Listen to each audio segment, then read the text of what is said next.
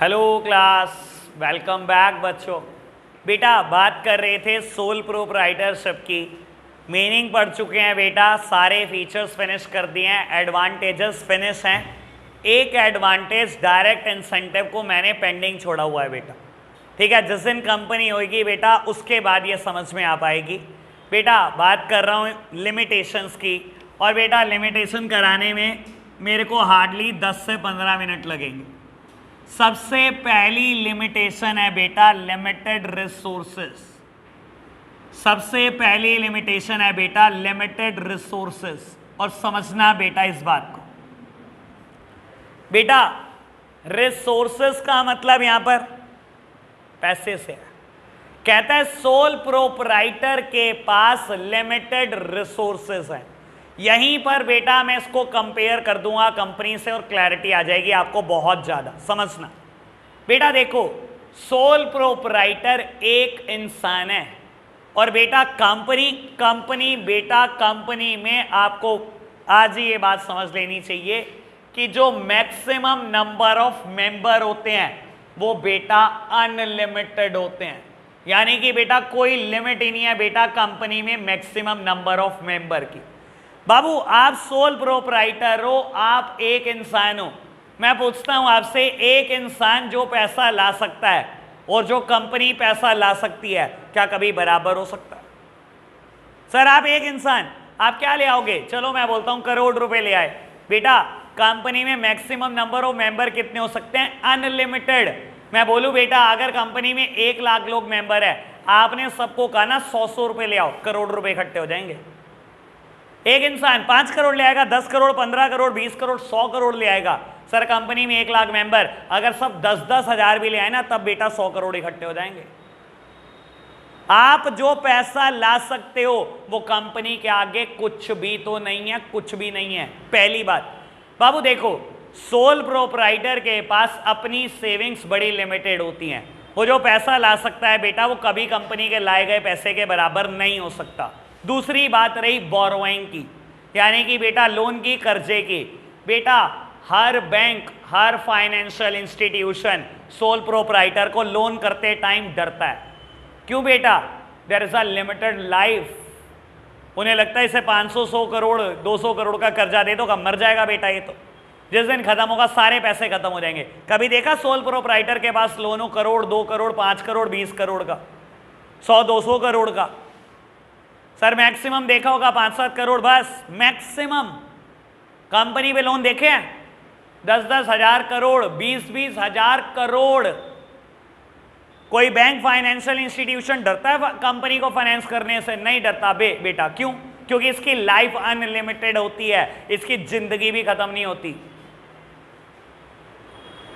बेटा soul proprietor के पास ना तो अपनी सेविंग्स होती इतनी कि बेटा अरबों रुपए लाके खड़ा कर दे, ना ही बेटा कोई बैंक अरबों रुपए का लोन देने को तैयार होता, ठीक है ना। इसीलिए सोल प्रोप्राइटर के पास लिमिटेड से रिसोर्सेज है।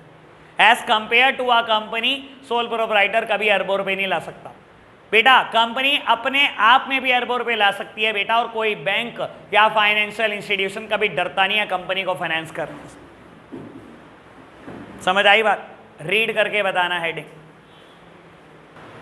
बेटा सेकंड हेडिंग जो दी गई है वो है limited life of a business concern. Limited life of a business concern. मैं सिर्फ हेडिंग लिख रहा हूं बेटा, समझाने से बच जाऊंगा, क्योंकि बेटा सेम फीचर मुझे दिखाई देता था। बेटा 6th फीचर था lack of business continuity. Business में कॉन्टिन्यूटी नहीं होती, ये भी बात वही है बेटा। Limited life of a business concern, sole proprietor की बेटा लाइफ लिमिटेड है, क्योंकि उसकी लाइफ लिमिटेड है बेटा, इसलिए उसके बिजनेस की लाइफ भी लिमिटेड है। बात वही लिखनी है। एक इंसान बेटा डेथ हो जाए, इंसॉल्वेंसी हो जाए, इम्प्रिजनमेंट हो जाए, फिजिकल एलिमेंट हो जाए, मेंटल एलिमेंट हो जाए, बिजनेस में comes to an end. Business वहीं खत्म हो जाएगा बेटा। जिस दिन डेथ हुई खत्म, जिस दिन इंसॉल्वेंसी हुई खत्म, जिस दिन जेल हुई खत्म, मेंटली इल हुए खत्म, फिजिकली इल हुए, it might lead to the detrimental effect on the business. तो बेटा आपके बिजनेस की जिंदगी बड़ी थोड़ी सी है, क्योंकि आपकी जिंदगी बड़ी थोड़ी सी। समझ आई बात? सेम मैटर चिपकाना है, कट कॉपी पेस्ट, बस ध्यान रखना हेडिंग बेटा फीचर में लैक ऑफ बिजनेस कॉन्टिन्यूटी और लिमिटेशन में limited life of a business concern. Heading मत बदल देना, इधर उधर मत कर देना, बस इस चीज का ध्यान रखना बेटा। थर्ड हेडिंग है अनलिमिटेड लायबिलिटी, चर्चा इस पे भी पूरी हो चुकी है। फीचर में हेडिंग आई थी बेटा लायबिलिटी, आंखें और बेटा खराब आंखें, बस वही फर्क है। वहां हेडिंग आई थी लायबिलिटी और डिसएडवांटेज में अनलिमिटेड लायबिलिटी। अनलिमिटेड मतलब इन case business assets are not sufficient to meet the business liability, proprietor's personal asset could also be sold out। याद रहेगी ना ये स्टेटमेंट बेटा, ये मेरे साथ साथ बोल दो एक बार बेटा ये बात। इन केस बिजनेस एसेट्स, बोलो बड़ा वर्ड से, in case business assets are not sufficient to meet the business liability, proprietor's personal asset could also be sold out. ठीक है ना बेटा, याद रहेगी ना बात बाबू? अगर बिजनेस एसेट इतनी नहीं है कि बिजनेस लायबिलिटी चुकता पा रही है तो प्रोपराइटर की कोई भी पर्सनल एसेट कोड बेच सकता है बेटा। ठीक है ना, आपकी लायबिलिटी अनलिमिटेड है बेटा। लास्ट बात जिस पर मुझे डिस्कशन करना है, यानी कि मैंने ये बात समझाई, ये दोनों बेटा पहले से हमने समझी हुई हैं बेटा। लास्ट बात है लिमिटेड मैनेजरियल स्किल्स या एबिलिटी, लिमिटेड मैनेजरियल एबिलिटी। लो प्यारे बच्चों, बहुत आराम से इस बात को समझना बेटा। कहता है प्रोपराइटर आपके जो मैनेजमेंट के स्किल्स है ना वो बड़े थोड़े से बड़े लिमिटेड से, और बेटा गलत नहीं कहता, बिल्कुल ठीक बात कह रहा है। सुनना, देखो एक बिजनेस में ना आपको an number of function manage करने होते। देखो आप बिजनेस कोई भी खोलकर देख लो, सोचो क्या क्या आपको खुद से मैनेज करना होता है बेटा। प्रोडक्शन आपको देखना है, गुड्स की परचेस आपको करनी है, सेल आपको करनी है बेटा, अकाउंट्स आपको बनाने हैं बेटा, फाइनेंस आपको देखना है, मार्केटिंग आपको करनी है, इन्वेंट्री कंट्रोल आपको देखना है। यानी कि बेटा एक इंसान वही बेटा रॉ मटेरियल परचेस कर रहा है, वही प्रोडक्शन कर रहा है, वही फिनिश गुड्स बेच रहा है, वही अकाउंट्स बना रहा है, वही फाइनेंस हैंडल कर रहा है, वही बेटा मार्केटिंग कर रहा है गुड्स की, वही इन्वेंट्री मैनेज कर रहा है। सर एक इंसान कितने काम में एक्सपर्ट हो सकता है? एक में एक्सपर्ट हो सकता है जी, दो में एक्सपर्ट हो सकता है, तीन में एक्सपर्ट हो सकता है। एक इंसान हर काम में तो एक्सपर्ट नहीं हो सकता। Business involve N number of functions. एक इंसान ना तो बेटा खुद हर काम में एक्सपर्ट हो सकता है, और बेटा अभी आपने पहली लिमिटेशन पढ़ी, ना ही इतने पैसे हैं कि हर काम को करने के लिए एक्सपर्ट अपॉइंट कर दो। सर कंपनी लेवल पे सोचे काम कैसे होता है, समझाता हूं आपको कैसे होता है कंपनी लेवल पे काम। हर काम को करने के लिए एक्सपर्ट, और बल्कि गलत वर्ड बोल रहा हूं, एक्सपर्ट नहीं एक्सपर्ट्स। रिलायंस के पास फाइनेंस मैनेजर कितने? 200 सीए। पैसा मैनेज करने के लिए सिर्फ एक फंक्शन फाइनेंस मैनेजर करने के लिए 200 सीए रखे हुए हैं। परचेज मैनेजर कितने? 20 परचेज मैनेजर। प्रोडक्शन मैनेजर कितने? 25 प्रोडक्शन मैनेजर। सेल्स मैनेजर कितने बेटा? 100 sales manager. Marketing manager 150 marketing manager. सब एमबीए करे हुए, एक भी नॉन एमबीए नहीं है, एक भी। सर एक एक काम को करने के लिए एक्सपर्ट्स की टीम लगा रखी है बेटा। आपको लगता नहीं बेटा उनका मैनेजमेंट बहुत अच्छा होगा? सोल प्रोपराइटर का क्या ही होता होगा मैनेजमेंट? सर एक इंसान है, ना तो कभी हर काम में एक्सपर्ट हो सकता, और ना ही एक्सपर्ट को पे करने के लिए सैलरी है। पढ़ी थी ना पहले हेडिंग, पैसे की कमी है। जब पैसा नहीं है सैलरी कहां से दोगे? रख के देखो 10 एमबीए, एक एमबीए 1 लाख रुपए मांगेगा, दे दोगे बेटा 10 लाख रुपए महीना? प्रोपराइटरशिप फर्म दे सकती है? कोई भी नहीं दे सकता भाई। ना तो आप खुद हर काम में एक्सपर्ट हो, ना ही बेटा एक्सपर्ट को पे करने के लिए पैसे हैं। इसी वजह से जो आपका मैनेजमेंट है ना, बस बेटा गुजारे लायक चल रहा है जी बिजनेस। कंपनी के मैनेजमेंट से आप कभी मुकाबला नहीं कर सकते बेटा। हमेशा ध्यान रखना, ये हेडिंग और ये हेडिंग आएगी 2-3 जगह और आएगी, हमेशा इसको कंपनी से कंपेयर कर दो या करो उठाकर। जब बोले limited resources as compare to company, proprietor के पास लिमिटेड रिसोर्सेज है। कंपनी में मैक्सिमम नंबर ऑफ मेंबर में भी अनलिमिटेड, और बेटा अनलिमिटेड मेंबर जो पैसा ला सकते हैं और जो एक मेंबर पैसा ला सकता है कभी बराबर नहीं हो सकता। रही बात लोन की, बेटा बैंक एंड फाइनेंशियल इंस्टीट्यूशन में hesitate to finance the loan to the sole proprietorship firm due to the limited life. कोई भी बैंक बेटा लोन देते टाइम डरता है कि अगले दिन बंदा मर गया बेटा बैंक के पैसे मर जाएंगे सारे। कंपनी को लोन देते टाइम कोई भी नहीं डरता बेटा। तो इसलिए बेटा आपके पास पैसे की कमी है, बेटा आपका मैनेजमेंट बड़ा छोटा सा है बेटा, लिमिटेड सा है बेटा।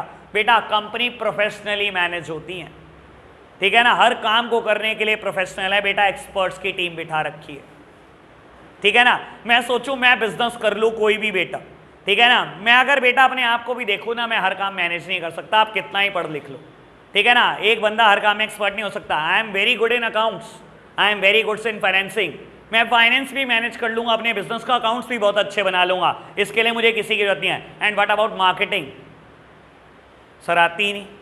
एंड व्हाट अबाउट प्रोडक्शन, कभी कोई गुड्स प्रोड्यूस ही नहीं करा आज तक, सर कहीं तो फेल हो ही जाओगे। एक इंसान कभी हर काम में एक्सपर्ट हो ही नहीं सकता। समझ आई बात? ओके बात, रीड करके बताना बेटा। लो प्यारे बच्चों, एक केस स्टडी का डिस्कशन करते हैं, फिर बेटा यहां पर लेक्चर को अभी क्लोज करूंगा, कुछ और काम है आपसे बेटा वो करेंगे। बेटा एक केस स्टडी का जिक्र कर देता हूं, समझना जरा केस स्टडी। बेटा बहुत बार पेपर में केस स्टडी आती है और ये शायद आ भी चुकी हो, वन मैन कंट्रोल आ चुकी है, तैयारी कर लो, नहीं आई तो अभी बता रहा हूं, सरस्वती विहार वाले special. One man control is the best control in the world if one man is big enough to control everything. सुन लो बेटा, मैं स्टेटमेंट दे रहा हूं, one man control is the best control in the world. कहता है जब एक इंसान कंट्रोल करता है वो दुनिया का बेस्ट कंट्रोल होता है। क्यों बेटा? क्योंकि किसी की इंटरफेरेंस नहीं होती। If one man is big enough to control everything, अगर वो एक इंसान इतना कैपेबल है कि हर काम को मैनेज कर सकता है, लेकिन हर काम बेटा एक इंसान से मैनेज भी नहीं होता। आपको बता सकता हूं, आपसे पूछा जाएगा आप इस स्टेटमेंट से क्या समझते हैं। बेटा अपने आप में ये जो स्टेटमेंट है ना, सोल प्रोप्राइटरशिप की एडवांटेज और डिसएडवांटेज दोनों को इंडिकेट कर रही है। कह रहा जब एक इंसान कंट्रोल करता है, बहुत अच्छा कंट्रोल करता है। पता होगा आपने मेरिट पढ़ी होगी क्विक डिसीजन मेकिंग, एक इंसान कंट्रोल करता है तो डिसीजन मेकिंग कितने जल्दी होते हैं। लेकिन बेटा क्या है, एक इंसान हर चीज को कंट्रोल करने लायक होता है, कैपेबल होता है? नहीं बेटा, हर चीज उससे कंट्रोल नहीं होती। अभी पढ़ रहे हो बाबू, अगर ये क्वेश्चन आया 6 नंबर में, कोई 3 एडवांटेज कोई 3 लिमिटेशन लिखनी है, 4 में आया 2 एडवांटेज 2 लिमिटेशन लिखनी है। ये स्टेटमेंट अपने आप में एडवांटेज और डिसएडवांटेज को इंडिकेट कर रही है सोल प्रोप्राइटरशिप की। मुझे अच्छे से याद है मैं कैसे बोल रहा हूँ, मेरे पास 11वीं में केस स्टडी आई थी, मैंने तो फुल टकाटक नंबर लिए थे, ठीक है ना। ऐसे ही जब मैं 12th में आया तो मेरे बराबर में एक 11th का बच्चा बैठा हुआ, उसके केस स्टडी आ गई है, ठीक है ना, और रो रहा भैया ये बता दो। मेरे पास बैठने वाले की मौज इसलिए होती थी, कोई भी केस स्टडी आती थी पता नहीं क्या होता था, दिमाग सिर्फ इसी चीज़ में चलता था। मैंने कहा ये सोल प्रोप्राइटर के एडवांटेज डिसएडवांटेज लिख, चल भाई। ऐसे ही केस स्टडी बताता रहता था, पूरे हो जाते थे, ठीक है ना। आपके भी ऐसे ही हो जाएंगे बेटा, पूरे हंसते खेलते। समझ गए ना केस स्टडी? ओके बात बाबू, आज के लिए हम इतना ही रखेंगे, बाय बाय।